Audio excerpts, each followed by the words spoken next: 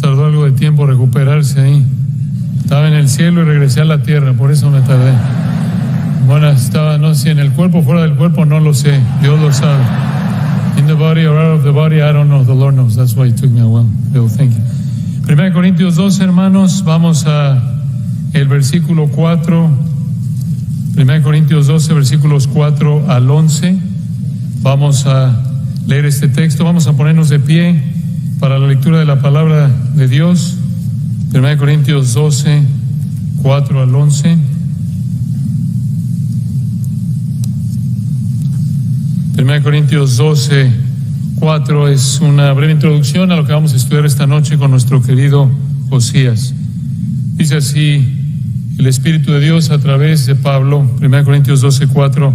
Ahora bien, hay diversidad de dones, pero el Espíritu es el mismo.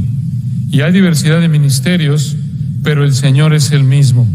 Y hay diversidad de operaciones, pero Dios, que hace todas las cosas en todos, es el mismo. Pero a cada uno le es dada la manifestación del Espíritu para provecho. Porque a este es dada por el Espíritu palabra de sabiduría, a otro palabra de ciencia según el mismo Espíritu, a otro fe por el mismo Espíritu, y a otro dones de sanidades por el mismo Espíritu, a otro el hacer milagros, a otro profecía, a otro discernimiento de espíritus, a otro diversos géneros de lenguas, y a otro interpretación de lenguas. Pero versículo 11, todas estas cosas las hace uno y el mismo Espíritu, repartiendo a cada uno en particular como Él quiere. Oremos. Damos la gloria a ti, bendito Señor. Qué texto, qué realidades tan gloriosas. Gracias porque la Trinidad, bendito, opera en unísono en el repartimiento y operación de los dones. Gracias porque hay diversidad de dones, pero el Espíritu es el mismo. A cada uno nos has dado un don, una capacidad para servirte, servir a tu iglesia. Tú, Señor, eres el que nos da la oportunidad de ejercer esa capacidad, pero sirviéndote a ti. Y tú eres, Señor, el que nos da la capacidad y causas el efecto en todos conforme a tu voluntad soberana. Damos la gloria a ti en esta noche y oramos que tu Espíritu bendito nos instruya para entender estas realidades gloriosas a través de nuestro amado Señor Jesucristo y para su gloria. Amén.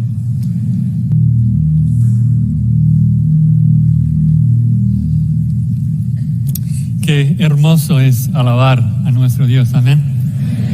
Gracias a Dios por el trabajo de todos los músicos. Bill Brandenstein, Grace Chung que cantó, todo el coro, orquesta.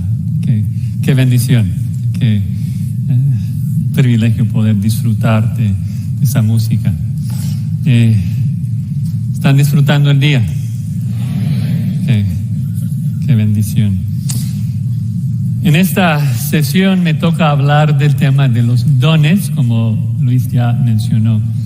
Pero va a ser un poquito temático porque el propósito de esta sesión es explicarles por qué la Biblia enseña que los dones milagrosos, es decir, sanidades, profecía, lenguas, eran dones para el establecimiento del fundamento de la iglesia y que ya no están vigentes en la iglesia en el día de hoy.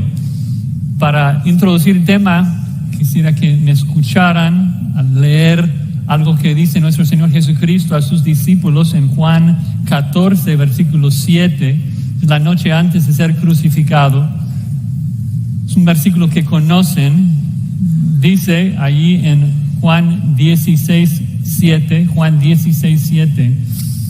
pero yo os digo la verdad, os conviene que yo me vaya, porque si no me fuera, el Consolador no vendría a vosotros, mas si me fuere, os lo enviaré. Ahora pensemos en eso con detenimiento. ¿Te parece cierto esto? O sea, si eres honesto, ¿no? De que es mejor que Cristo esté en el cielo. Te pregunto, si tú pudieras escoger entre estas dos opciones, o Cristo está aquí con nosotros, estás caminando con Él sobre el agua, o sea, Él está creando carne asada para ti, o sea, estás allí para escuchar tus enseñanzas, Él podría sanarte de cualquier enfermedad. ¿Escoges esto o lo que tienes hoy, el Espíritu Santo morando dentro de ti?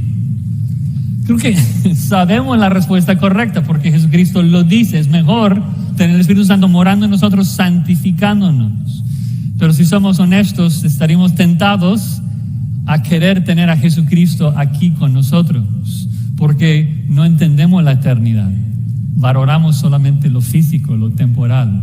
Tampoco comprendemos el trabajo del Espíritu Santo, que es transformarnos desde adentro, y subestimamos la imagen de Cristo hacia la cual el Espíritu Santo nos está transformando. El Espíritu Santo nos muestra a Cristo y nos transforma a su imagen. Y lamentablemente muchas veces somos muy carnales y preferimos comer panes y peces cuando el Espíritu nos ofrece santidad y semejanza a Cristo. Y debemos arrepentirnos y maravillarnos de la obra de Cristo, en la obra que Cristo está obrando en nosotros por medio de su Espíritu Santo. En esta noche, como dije, vamos a ver los dones milagrosos y 7 razones por las cuales los dones milagrosos cesaron en el primer siglo. Y ya que sé que es un tema un poco calientito, vamos a orar para pedir la ayuda del Espíritu. Señor, como siempre, cuando llegamos a tu palabra, estamos en necesidad de tu iluminación. El hombre natural no percibe las cosas que son de tu Espíritu, Señor, y necesitamos que tú nos instruyas. Y Señor, pedimos en particular que tu Espíritu Santo nos capacite para obedecer tu palabra, que podamos incluso someter nuestras experiencias a la Escritura, y dejar que tu Escritura interprete nuestras vidas y que gobierne todo lo que hacemos. Queremos adorarte en la forma en que tú prescribes en tu palabra y solamente así, porque tú eres digno de recibir una adoración como tú demandas. Pedimos esto en el nombre de Cristo. Amén. Bueno, para comenzar, el término teológico de lo que vamos a estudiar se llama cesacionismo. Cesacionismo simplemente significa que los dones milagrosos cesaron cuando terminó el periodo del escrito del Nuevo Testamento. Esto está en contraste con la teología carismática o continuista, que cree que todos los dones siguen vigentes en el día de hoy. Y antes de entrar en ver lo que dice la Escritura, yo quisiera aclarar dos verdades muy importantes. Primero, a veces cuando alguien escucha la idea del cesacionismo por primera vez, les parece como anti-sobrenatural o anti-espíritu, como que estamos en contra del espíritu, y no es cierto. Queremos vivir llenos del espíritu, como escuchamos. Queremos ser guiados por Él, controlados por Él. Queremos andar en el espíritu. Él es quien nos ha sellado. Él es quien nos ha regenerado, nos santifica, nos preserva. Queremos adorarle por todo quien es y lo que hace en nuestras vidas. Queremos andar en el espíritu. Queremos sentir el gozo que Él produce en nuestras vidas. Y porque le amamos, nunca queremos contristarle. Pero debido a esto de que no queremos contristarle, entonces no queremos hacer ni promover nada que vaya en contra de su palabra, de la manera que Él demanda que le adoremos. Ahora, segunda aclaración, que a veces cuando hablamos de los dones del Espíritu, queremos poner a todas las personas en solamente dos grupos: los que están con nosotros y los que están mal. Y esto realmente va totalmente en contra del sentir bíblico de los dones. Porque los dones son expresiones de la gracia de Dios, cosas que no merecemos. Y eso debe humillarnos. Tú vas a encontrar de que en cada pasaje que trata los dones, también el autor bíblico nos exhorta hacia la humildad. Romanos 12:3, que nadie tenga más alto concepto de sí que el que debe de tener. Además, el propósito explícito de los dones es la mutua edificación. Ya leímos en Corintios 12:7, que a cada uno le es dada la manifestación del Espíritu para el bien común, para el bien de los demás. Si yo busco destruir o atacar a mis hermanos con mi don de enseñanza, estoy muy fuera de lo que el Señor quiere para mí. Así que mi intención, mi deseo, mi oración es edificarles, ayudarles a adorar a Dios como Él prescribe en su palabra, y pensar juntamente en estas 7 razones de por qué los dones milagrosos cesaron. Primera razón: la Biblia distingue claramente entre los apóstoles y nosotros. El trabajo de un apóstol era muy diferente a nuestro trabajo, y el texto más claro que trata de eso es Efesios 2:20. Efesios 2:20, un versículo muy clave en este tema, dice que somos edificados sobre el fundamento de los apóstoles y profetas, siendo la piedra principal del ángulo Jesucristo mismo. Y lo que vemos allí es de que existen 2 etapas en este proyecto de construcción. Tenemos el fundamento, el cimiento, y luego el edificio que se levanta por encima del fundamento. Son 2 proyectos totalmente distintos. Primero se pone el fundamento, luego se levanta el edificio.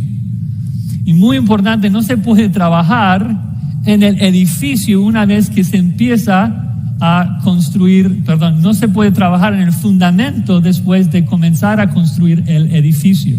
Si lo hace todo el edificio se derrumba, obviamente.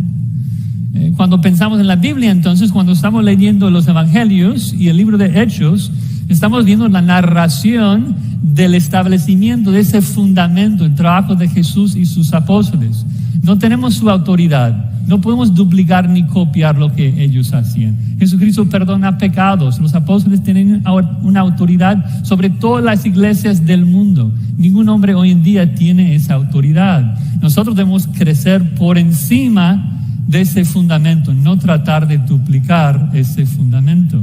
No necesitamos entonces más profetas y apóstoles. Los profetas y apóstoles pertenecen al fundamento. Y es mejor ya no tener nuevos apóstoles. ¿Por qué? Porque tenemos toda la enseñanza apostólica aquí. Es una palabra profética más segura ¿Por qué? Porque no es hablado por el hombre, fue escrito por el mismo Espíritu Santo de Dios. Entonces ahora todo lo que necesitamos para la vida y la piedad, según de Pedro 1:3, lo tenemos escrito en la Escritura. Segunda razón. No solamente existe una distinción entre los trabajos, hoy ya no existen apóstoles. Hoy no hay apóstoles. Esto se entiende solamente al ver lo que significa la palabra apóstol. Apóstolos en griego simplemente significa un enviado. Y por lo tanto tenemos muchos enviados en la Escritura, enviados de diferentes personas. Jesucristo es llamado el apóstol del Padre en Hebreos 3, capítulo 3, versículo 1, porque Cristo fue enviado por el Padre. Bernabé en Hechos 14 es llamado un apóstol de la iglesia de Antioquía, porque fue enviado por esa iglesia. Pero cuando hablamos de los apóstoles, a mayúscula, todos comprendemos de que estamos hablando de los apóstoles enviados directamente de parte de ¿quién? De Jesucristo. Y esto es muy clave. Entonces, por definición, el primer requisito de un apóstol es de haber estado con Cristo, o sea, de verle cara a cara, de recibir un mandato directamente de parte de Él. Y esto es imposible hoy. Es imposible estar cara a cara con Jesucristo hoy. ¿Por qué? Porque la Biblia dice que Cristo no está aquí y no puede estar aquí.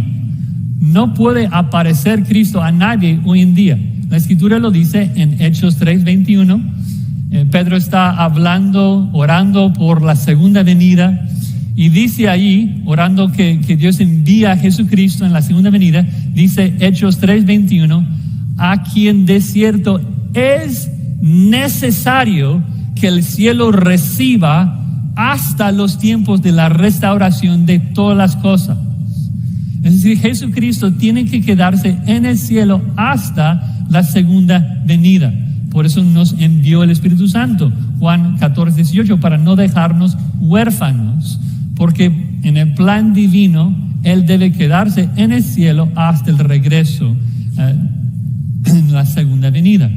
Entonces el charlatán que nos dice de que Cristo le apareció y le envía ahora como apóstol es un mentiroso, es imposible. Cristo hoy, nuestro glorioso Cristo, está a la diestra del Padre, esperando hasta que su Padre ponga a todos sus enemigos debajo de sus pies y luego regresar por nosotros. Luego el charlatán contesta, ok, Jesús no puede venir aquí, pero yo visité al cielo. Tampoco, Cristo dice en Juan 3:13, nadie subió al cielo sino el que descendió del cielo, el Hijo del Hombre. No es posible. Ahora tenemos un caso particular, el caso de Pablo. Pablo presenta su apostolado como algo excepcional, fuera de lo normal. O sea, él prueba su apostolado igual que todos. Él dice en 1 Corintios 9:1, no soy apóstol, no he visto al Señor Jesucristo. O sea, él dice, yo soy apóstol porque he visto a Jesucristo. Pero lo curioso del caso de Pablo no es solamente de que había visto a Cristo, sino que dice que fue el último de haber visto al Señor resucitado. Eso lo encontramos en 1 Corintios 15. Pablo está dando la lista de todas las personas a las que apareció Jesucristo en 1 Corintios 15, versículo 8. Y luego termina y dice que al último de todos, como a un abortivo, fuera de tiempo es la idea, me apareció a mí. Y ven qué tan importante es eso, de que Pablo dice que fue el último de estar cara a cara con Cristo resucitado. Porque si Pablo fue el último de verlo, entonces Pablo es el último que califica para ser apóstol y ser enviado directamente de parte de Jesucristo. Además de eso, sabemos de que no existen apóstoles en la iglesia de hoy porque nadie está haciendo las señales de un apóstol. Otro versículo muy importante, 2 de Corintios 12:12. 2 de Corintios 12:12. Pablo está nuevamente probando su apostolado. Tenía que hacerlo porque muchos lo cuestionaban debido a que apareció después. Y dice, 2 Corintios 12:12, las señales de un verdadero apóstol fueron hechas entre vosotros con toda perseverancia. ¿Y cuáles son las señales de un verdadero apóstol? Con señales, prodigios y milagros. Ahora nuevamente, piensen conmigo. Pablo dice, yo hice las señales de un apóstol, que son milagros, señales y prodigios. Entonces es muy simple. Si hoy alguien pudiera copiar y hacer las mismas señales que Pablo hacía de milagros, de prodigios y señales, ¿qué sería ese alguien? Un apóstol, porque cumple con todas las señales de un apóstol. Pero ya vimos eso es imposible, porque Cristo no puede enviar a alguien porque está en el cielo. Por lo tanto, es imposible que alguien realice los dones de un apostolado. Es imposible que alguien realice esos milagros. Ahora, la pregunta surge, si no existen apóstoles hoy, entonces todos somos cesacionistas en cuanto a los dones. ¿Por qué? Porque a veces la gente ve el apostolado como un oficio nada más, pero el apostolado en la Biblia se presenta tanto como oficio como un don. Siempre se presenta en la lista de los dones. Y el hecho de que también es un oficio no niega que es un don. Mira, ser profeta es un oficio, ¿sí? Pero también es el oficio del que tenía el don de profecía. Ser maestro es un oficio de la persona que tenía el don de enseñanza. Ser apóstol es un oficio de la persona que tenía el don del apostolado. Efesios 4:11 presenta el don del apostolado en la lista de dones, y también 1 Corintios 12:29 claramente. El don del apostolado está en el mero centro de todos los dones en esa lista. Entonces, si confirmamos de que no hay apóstoles hoy, ya hemos confirmado. Por lo menos un don cesó en el primer siglo. No todos los dones continuaron. Uno se acabó. Pero el problema es de que si el don del apostolado cesó en el primer siglo, entonces también las señales del apostolado cesaron con el don del apostolado, que Pablo dice que son milagros, señales y prodigios. Entonces, estamos armando el argumento, pero la Biblia está comunicando claramente de que no todo continúa hoy exactamente como era en el primer siglo. El don del apostolado ya cesó y los dones asociados con el apostolado también cesaron con ese don. Entonces surge la pregunta, ¿para qué servían esos dones entonces? Bueno, tercera razón que cesaron, de que esos milagros existían para autentificar a los autores bíblicos. Y con la Biblia ya escrita, no necesitamos más autentificación de sus autores. Comencemos desde el principio, no desde el Nuevo Testamento, sino el Antiguo. ¿Quién es el primer escritor de la Biblia?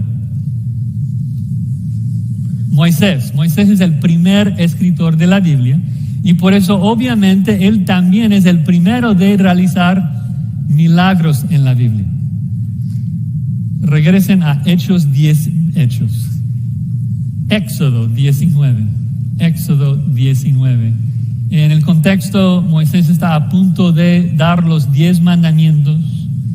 Él básicamente va a decir a Israel, a partir de este momento ya van a obedecer a Dios como yo les mando.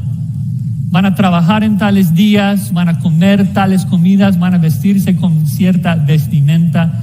Necesitan obedecer lo que yo les digo. Obviamente algunas personas como Coré, como María, como Aarón le van a cuestionar. ¿Por qué debemos obedecerte a ti, Moisés? ¿Cómo que Dios solamente está hablando por medio de ti? Bueno, es que si cuestionas a Moisés, ¿qué te pasa? O sea, la tierra te come. Por lo menos te queda lepra. O sea, es peligroso contender con Moisés. Y Dios explica el porqué en Éxodo 19, versículo 9. El porqué de los milagros. Dice Éxodo 19, 9. Entonces Jehová dijo a Moisés: He aquí yo vengo a ti en una nube espesa, para que el pueblo oiga mientras yo hablo contigo. ¿Y por qué? Nubes y el sonido y todo eso. para que te crean para siempre.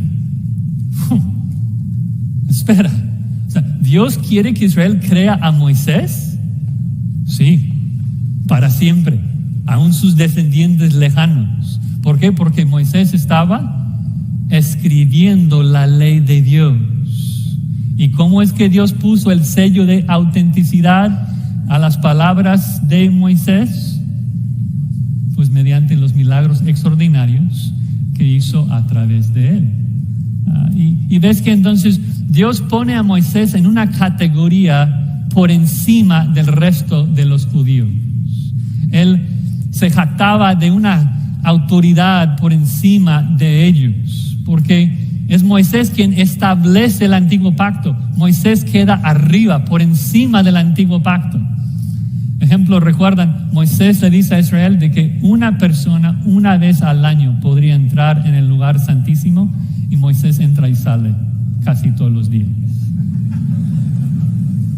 Porque él estaba estableciendo esas leyes. Y entonces Dios corroboraba, autentificaba sus palabras con milagros. Lo mismo pasa cuando llegamos a establecer el nuevo pacto. Jesús, según Hechos 2:20, fue varón aprobado por Dios. ¿Cómo? Con las maravillas, prodigios, señales que Dios hizo entre vosotros por medio de él, igual que Pedro. Pedro se para en Hechos 2, se pone de pie y dice: ya no vas a cumplir las leyes que les dio Moisés. Desde este momento en adelante vas a creer en el nombre de Jesús. No hay otro nombre dado a los hombres bajo el cielo en que podamos ser salvos. Las reglas van a cambiar. Y un judío que debía haber pensado: sabemos de que Dios habló por medio de Moisés, por los milagros que hizo, ¿por qué debemos creerte a ti? Porque luego Pedro sana a un cojo de nacimiento. Porque luego está caminando, la gente está buscando ser sanada en su sombra. Porque Dios avalaba las palabras de Pedro con los milagros. Y esto pone a Pedro en una categoría diferente que nosotros. Él forma parte del fundamento, con una autoridad superior a la nuestra. Otro texto muy clave para este tema se encuentra en Hebreos 2:3. Hebreos capítulo 2, versículo 3. Otro pasaje que nos habla de esos milagros y su propósito. Comenzando a la mitad ahí del versículo 3, está diciendo que la buena nueva de la salvación, habiendo sido anunciada primeramente por el Señor, nos fue confirmada por los que oyeron, testificando Dios juntamente con ellos con señales y prodigios y diversos milagros y repartimientos del Espíritu Santo según su voluntad. ¿Vieron los tres grupos ahí? ¿Sí? Primer grupo, el Señor Jesús, que primeramente anunció el Evangelio. Segundo grupo, ¿quiénes son? Los que oyeron directamente a Jesucristo, sus apóstoles. Y grupo 3, dice que esos apóstoles predicaron a nosotros, los creyentes. Y la pregunta es esta: de acuerdo con este texto, ¿quiénes son los que hacen milagros? ¿Nosotros? No, ¿quiénes son? Dice que Dios testificó juntamente con ellos, los que oyeron, los que físicamente oyeron a Jesucristo, que estaban a su lado, que lo vieron cara a cara, sus apóstoles, que Dios testificó juntamente con ellos con señales, prodigios y milagros. Es decir, que Pedro está testificando con sus palabras y Dios está testificando juntamente con Pedro con milagros, avalando sus palabras. Y es interesante que ni siquiera el autor de Hebreos se incluye en esa categoría. Él dice que los apóstoles nos testificaron a nosotros, porque no todo profeta hacía milagros, no todo profeta estaba cambiando reglas. Isaías no hizo milagros, Malaquías no hizo milagros. Los que establecieron pactos, sí, eso es diferente. Por eso vemos de que los que estaban revelando nuevas verdades fueron autentificados por el Espíritu Santo de Dios con esos milagros. Y por eso el cese del canon, el cierre del canon, elimina la necesidad de esos milagros. Una vez que la Biblia está completa, ya no hubo necesidad de más autentificación. El don de profecía, por decirlo así, en el momento que la Biblia se termina de escribir, se vuelve innecesario. Es parte del fundamento. Los profetas, Efesios 2:20. Pero más que esto, si lo pensamos bien, en el momento que la Biblia se cierra, cualquier otra profecía se vuelve competencia con la suficiencia de las Escrituras. Ataca la suficiencia de las Escrituras. Si Dios sigue hablando hoy, significa que este libro no es todo lo que necesitamos. Y esto es herejía. Todo lo que necesitamos para la vida y la piedad lo tenemos. Es una fe dada una vez para siempre a los santos. Dios ya nos ha hablado por el Hijo. Entonces no necesitamos más profetas, no necesitamos más apóstoles, porque los verdaderos apóstoles ya pusieron el fundamento correctamente. No necesitamos a más. Y ellos entendieron esto. Un texto muy interesante se encuentra en 2 de Pedro, capítulo 1. 2 de Pedro, capítulo 1. Pedro está a unos meses, tal vez semanas antes de su muerte. Y dice en 2 de Pedro, capítulo 1, versículo 15: también yo procuraré con diligencia que después de mi partida vosotros podáis en todo momento tener mi memoria de esas cosas. Entonces, Pedro estaba hablando de un ministerio suyo después de su muerte. Hoy en día, después de su muerte nos va a ministrar. ¿Cómo? ¿Pedro va a ascender al Padre e interceder por nosotros? No, no somos católicos, hay un solo mediador. Yo esperaba escuchar más no, honestamente. No, o sea, hay un solo mediador entre Dios y los hombres, Cristo Jesús. Entonces, ¿qué significa? ¿Cómo es de que Pedro nos va a recordar y nos va a ministrar después de su muerte? Pues, obviamente, siguiendo con su carta, escribiendo su carta.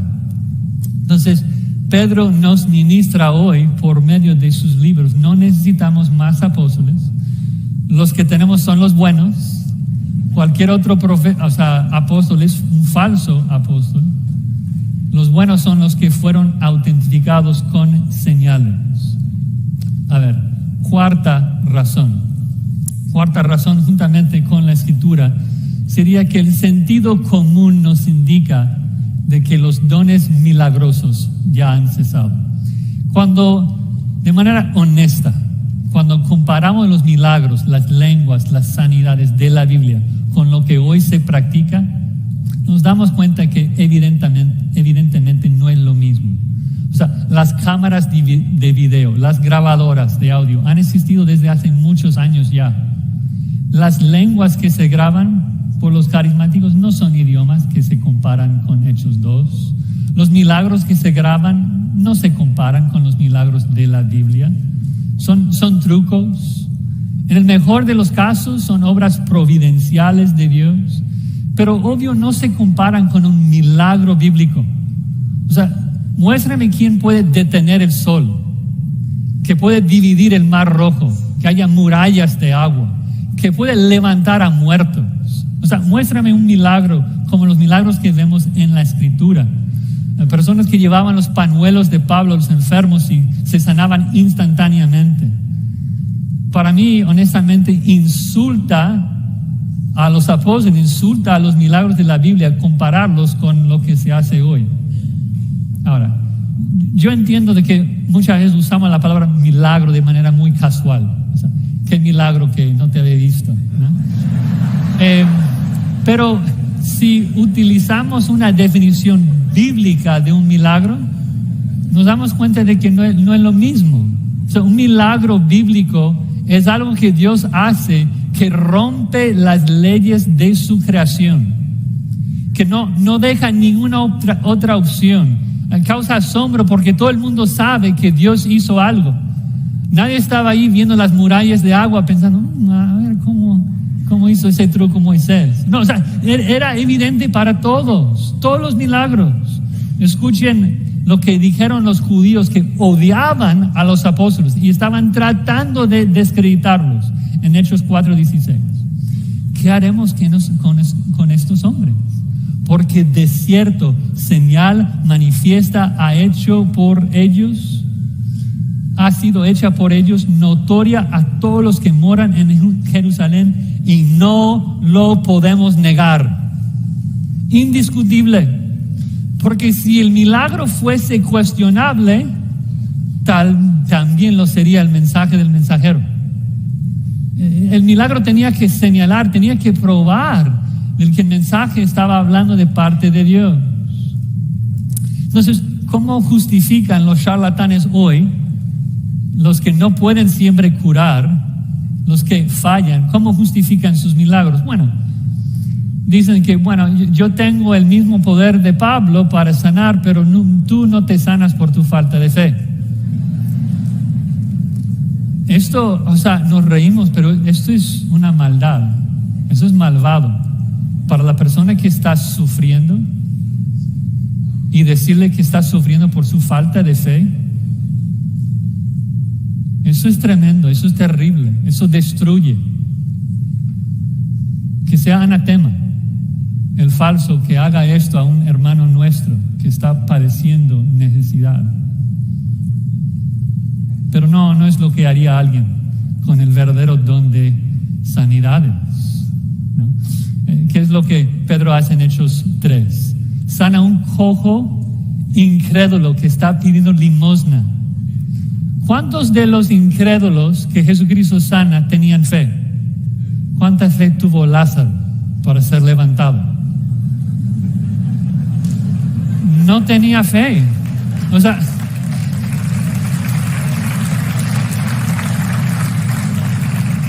Cuando Dios quiere hacer un milagro, nadie puede impedirlo. ¿Quién puede contra el omnipotente, el soberano? Ahora, algunos carismáticos usan un versículo, Mateo 13:58, donde dice que Cristo no podría sanar por la falta de fe de ellos. Si ves ahí el contexto, te das cuenta de que la gente ni siquiera iba a él. En otras ciudades la gente se amontonaba, le estaban toda la gente y una multitud, y allí no hubo. La gente ni siquiera lo pidió. No dice que Cristo intentó sanar y no pudo. Eso sería absurdo. Decir que nuestro Cristo glorioso intentó sanar y no pudo, no, esto es blasfemia. Cristo, gracias a Dios, se antepone a nuestra fe todos los días, en todos los momentos, si no todavía estuviéramos en nuestros pecados. Entonces el punto es que si discernimos, si aplicamos el sentido común, es obvio que los dones milagrosos no están presentes en el día de hoy. Y la única forma en que los carismáticos pueden escaparse de esto es al redefinir todo, dar nuevas definiciones a todos los dones milagrosos. Las lenguas, por ejemplo, en la Biblia, es claro lo que son. Es la habilidad sobrenatural de hablar en un idioma que el que hablaba no entendía, pero los demás sí, o porque entendían ese idioma o por la traducción que vemos en 1 Corintios 14. Pero hoy en día inventan otra definición, ¿no? Pero no, el don de lenguas era hablar misterios por el Espíritu. Y por eso obviamente no puede ocurrir hoy, porque ¿quién estaba moviendo la lengua de esas personas? O sea, esas personas en ellos no entendían lo que estaban diciendo. Entonces, ¿quién estaba hablando? El Espíritu estaba hablando, pero si el canon está cerrado, el Espíritu no puede hablar hoy. El Espíritu no habla hoy fuera de este libro. Entonces el don de lenguas no ocurre hoy. ¿Qué tal profecía? Bueno, la profecía siempre en la Biblia era hablar directamente las palabras de Dios. Hoy en día se habla de profecía que es falible. Digo, ¿en serio? Es una contradicción de términos, profecía falible. No puede ser. Todo lo que Dios dice es inerrante. argumentan de que, bueno, es de que la profecía del Nuevo Testamento es diferente porque los autores del Nuevo Testamento nos instruyen a evaluar la profecía, examinarla. Pero eso no tiene sentido. Hay más instrucciones en el Antiguo Testamento de que debían examinar la profecía. Siempre existía la necesidad de examinar la profecía. ¿Por qué? Porque siempre hubo falsos profetas. Siempre que hubo profecía. ¿Qué tal el don de sanidades? Pues el don de sanidades en la Biblia curaba toda enfermedad, tanto espiritual como físico.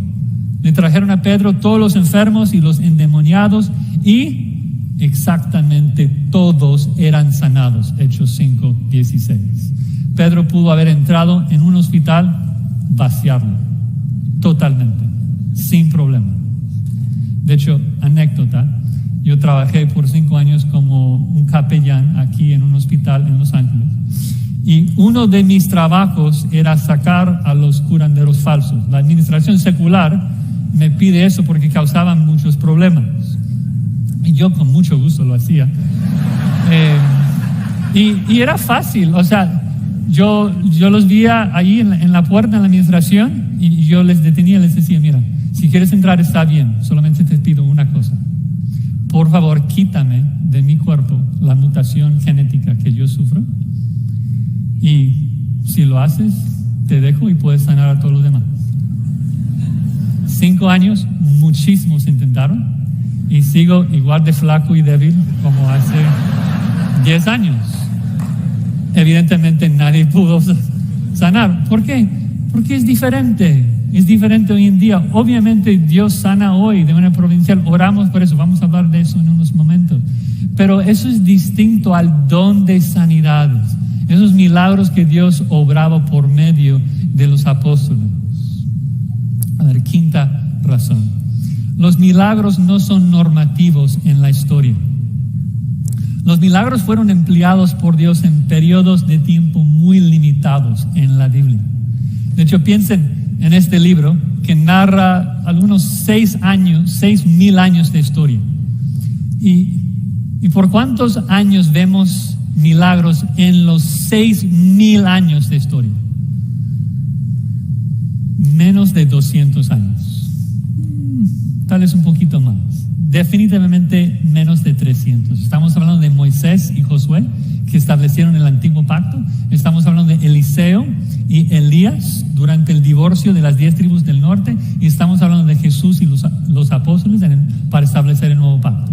Son las 3 épocas de milagros en la Biblia.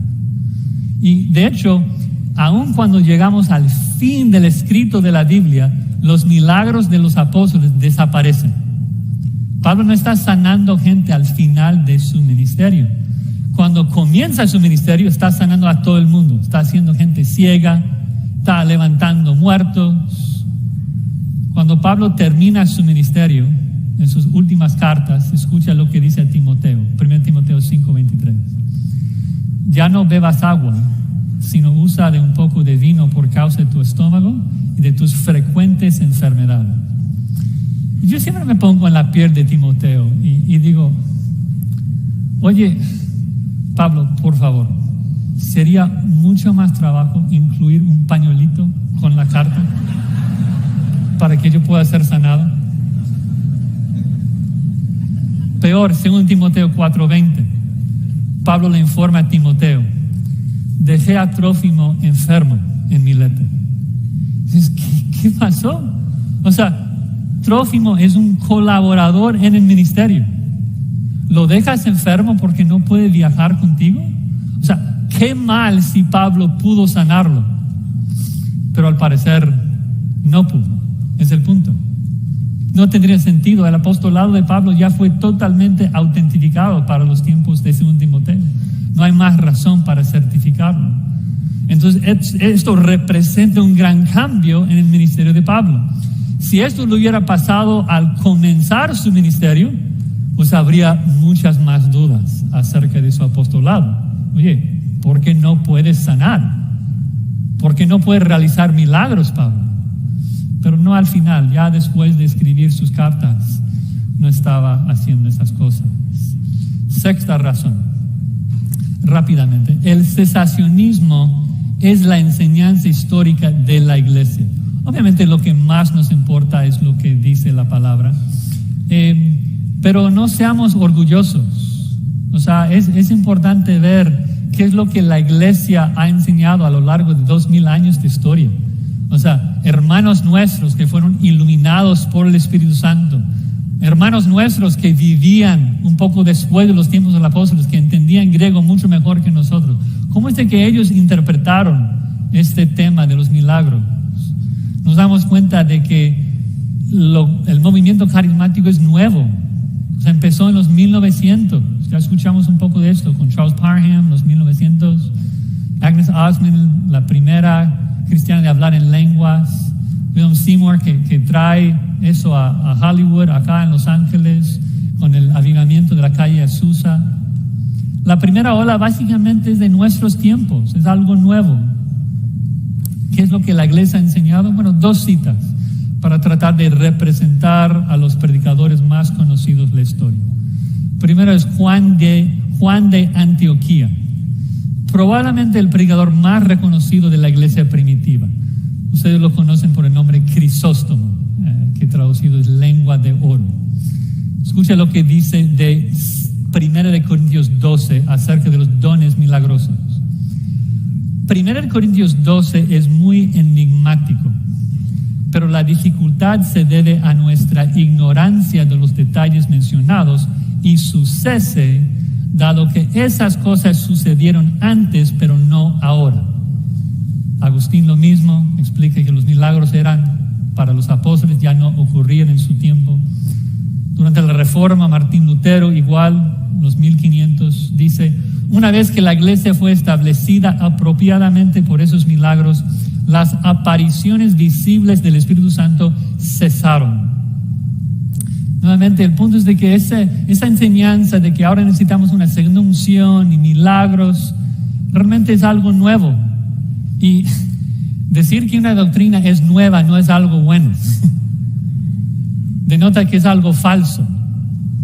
No debemos escuchar los falsos que nos dicen que necesitamos algo más.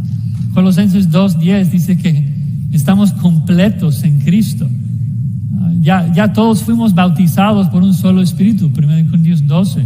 Todo cristiano ya tiene la unción del Santo, 1 Juan 2:20. Es suficiente. Ahora, habiendo dicho esto de los milagros, quiero aclarar de que aunque el don de sanidades no es vigente en el día de hoy, nunca he dicho de que Dios no puede sanar hoy. Hay una diferencia, es una buena distinción.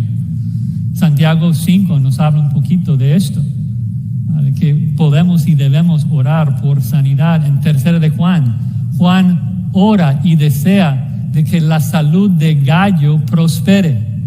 No queremos que la gente sufra, no es que buscamos el dolor. Pero aún en eso creo que tenemos que tener cierto cuidado, porque existe una distinción entre un milagro y una providencia, una sanidad milagrosa y una sanidad providencial. Creo que todos nosotros, gracias a Dios, tenemos historias de sanidades providenciales. Junto con ustedes, me imagino, yo he orado por hermanos con cáncer y al día siguiente los doctores no encuentran cáncer. Yo, de los 23 años, yo perdí el uso de mi pierna izquierda y duró 6 meses. Los doctores querían amputar mi pierna porque decían que nunca iba a poder usarla. Y sorpresa. Y cuando Dios hace cosas así, debemos glorificarle, darle gracias, atribuirlo a Él. O sea, Él obra en nuestro medio. O sea, su providencia es algo asombrosa. La forma que Él gobierna cada molécula de este universo para llevar a cabo sus propósitos es maravilloso, es hermoso. El Señor nos dirige en todo esto. Pero un milagro, hermanos, es diferente. Un milagro bíblico es diferente. Si tú buscas nuevamente en una concordancia las veces que ocurre milagro en la Biblia, te das cuenta de que un milagro era romper las leyes de este mundo, hacer cosas que hacía Moisés, los apóstoles, para autentificarlo. Y aunque un cristiano diga que Dios sigue haciendo esos milagros, yo creo que en la práctica, básicamente todo cristiano es un cesacionista. Y déjame ilustrarlo. Ponte que hay un hermano mayor de tu congregación que pasa a la presencia del Señor. Y tú tienes el gusto y el honor de oficiar el funeral. Ponte ahí en la escena. El servicio está por empezar. La viuda, tu hermana, está sentada en el primer banco. Les pregunto, ¿tú bajarías al ataúd, pones tu mano sobre la cabeza del difunto y oras por su resurrección? Creo que todos decimos, no, esto sería muy, muy grosero. No lo haríamos. Pero me pregunto de por qué. ¿Eso sería un milagro difícil para el Señor? ¿Esto hubiera sido un milagro difícil para Pablo, para Pedro, para Jesús? Evidentemente no. La sanidad de alguien con cáncer podría ser una sanidad providencial, Dios sanando usando los medios de su creación. Oramos por eso. La resurrección requiere un milagro, una sanidad milagrosa. No creo que vemos esto hoy. No porque Dios no puede, sino porque dice que esos milagros existían para autentificar a la Biblia y la Biblia ya está escrita. Ahora seguro hay una persona diciendo, oye, pero Dios es el mismo ayer, hoy, para siempre y puede hacer todo. Dios puede hacer todo lo que quiere. No puede hacer muchas cosas, no puede pecar, no puede mentir, no puede ir en contra de su palabra. Entonces, si Él nos instruye que los dones milagrosos eran para el primer siglo, eran para autentificar los autores de la Biblia, entonces Él va a hacer lo que Él dice. Séptima razón, que los dones milagrosos cesaron en el primer siglo, es porque Dios nos da mejores dones. Dios nos da mejores dones. Por eso comencé con la introducción de Juan 16, porque lo que Dios nos da hoy es mejor. Déjame explicar. ¿Cuál es el propósito de cada don que tú y yo tenemos? Es la mutua edificación del cuerpo de Cristo. Pero te das cuenta de que si hoy en día tú tuvieras el don de sanidades, ese don no edificaría a nadie. No puede, no tiene esa capacidad. Porque aunque me sanes, esa sanidad no me santifica. Imposible, un milagro externo no te cambia. El don de sanidades edificó a la iglesia al confirmar el escrito de la Biblia, al confirmar el testimonio de los apóstoles. Eso es todo. Milagros y sanidades no nos transforman, no nos santifican. Vayan a Lucas 16. Pasaje muy importante. Jesucristo inventa una historia para enseñarnos este principio de que los milagros externos no nos cambian. Recuerden el contexto: un rico muere, va al lugar de tormento esperando el juicio y clama a su padre Abraham por su familia que todavía está vivo. Quiere regresar y evangelizar a su familia. Y dice en Lucas 16:28, Lucas 16:28 dice: tengo 5 hermanos para que les testifique a fin de que ellos no vengan también a este lugar de tormento. Y Abraham le dijo: a Moisés y a los profetas tienen, óiganlos. Y él entonces dijo: no, padre Abraham, pero si alguno fuere a ellos de entre los muertos, se arrepentirán. Mas Abraham le dijo: si no oyen a Moisés y a los profetas, tampoco se persuadirán, aunque alguno se levantare de los muertos. ¿Ser testigo de una resurrección te puede cambiar el corazón? No, imposible. La única herramienta que nos santifica es la palabra de Dios, Moisés y los profetas. Hermanos, no corran tras milagros y sanidades y dones que no te pueden santificar, no tienen esa capacidad. No inviertes tu tiempo allí, no vas a crecer en santidad allí. Hay que invertir nuestros esfuerzos en donde está la batalla, en comprender y aplicar y obedecer las Escrituras. Y es por eso que nuestros dones son los mejores, porque se usan para fomentar el crecimiento espiritual entre nosotros. Pensemos nuevamente en ese texto de Juan 16:7, que es mejor lo que tenemos hoy en el Espíritu Santo. Pensemos en esa gente que experimentó los milagros de Jesucristo. Miles de personas que comieron los panes y los peces. Miles de personas fueron sanados. Pero no olvidemos de la historia. Es esa misma multitud que llenó sus vientres con su comida y recibió sanidad física. Es esa misma multitud que luego clama: crucifícale, crucifícale. Porque los milagros externos no cambian el corazón. Ningún milagro en ninguna época. El ser humano sin Cristo es un cadáver, muerto en sus delitos y pecados, y solamente el Espíritu Santo, por medio de la palabra de Dios, puede hacer el mayor milagro posible: levantar de la muerte a un hombre. Nos quita el corazón de piedra, nos da un corazón de carne y nos capacita para adorar a Cristo. Nos da ojos para ver su hermosura, nos da oídos para escuchar sus palabras de vida. Solamente el Espíritu quita nuestra amargura, nuestro engaño, nuestra maldad, y nos hace amables y misericordiosos y justos como Jesús. Ese es el verdadero objetivo de los dones: fomentar la edificación del cuerpo de Cristo, hacer una esposa gloriosa, hermosa, que refleja la santidad de Cristo. Los dones son vitales porque fomentan la santificación. ¿Entiendes ahora por qué tu don es más esencial, más importante que el don de sanidad? Yo te necesito que me corrijas, que me ayudes, que me sirves. Por eso los dones son los que tenemos. Porque una sanidad física no nos santifica, nos deja igual espiritualmente. Mientras que nuestros dones Dios los usa para transformarnos a la imagen de Cristo Jesús por toda la eternidad. A veces nos abrumamos con este mundo, es difícil. Cansamos del dolor, queremos dejar de sufrir. Pero te pregunto si en verdad quieres una sanidad física más que semejanza a Cristo. Y pensando en particular en los dones, que cada uno de nosotros tenemos un don para el bien de los hermanos, para edificar a los hermanos, te pregunto esto: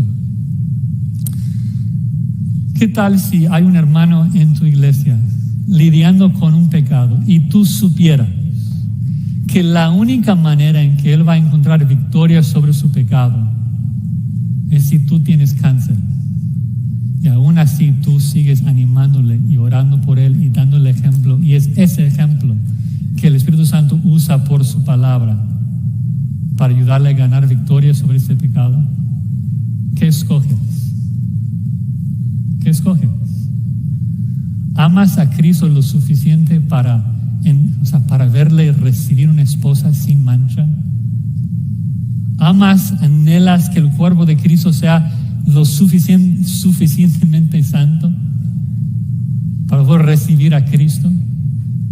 ¿Tú amas a Cristo lo suficiente para decir: Señor, haz lo que sea necesario en mi vida para edificar a tu cuerpo? Tú eres digno, yo estoy dispuesto, úsame. No quiero el don que me va a glorificar a mí, quiero el don que te va a glorificar a ti. Quiero el don que va a edificar a tu iglesia. Úsame para esto. Qué glorioso, qué bendición que nosotros podamos ser usados por Dios en la edificación de su iglesia, la cual compró con su sangre. Debe ser una responsabilidad enorme que sentimos al estar con los santos, los hermanos, y tener el privilegio de poder edificarlos. Y el mejor don que pudieras tener para edificar a la iglesia como Dios quiere es el que ya tienes. Así que dale gracias y úsalo Ministralo a tu hermano. Amén. Vamos a orar.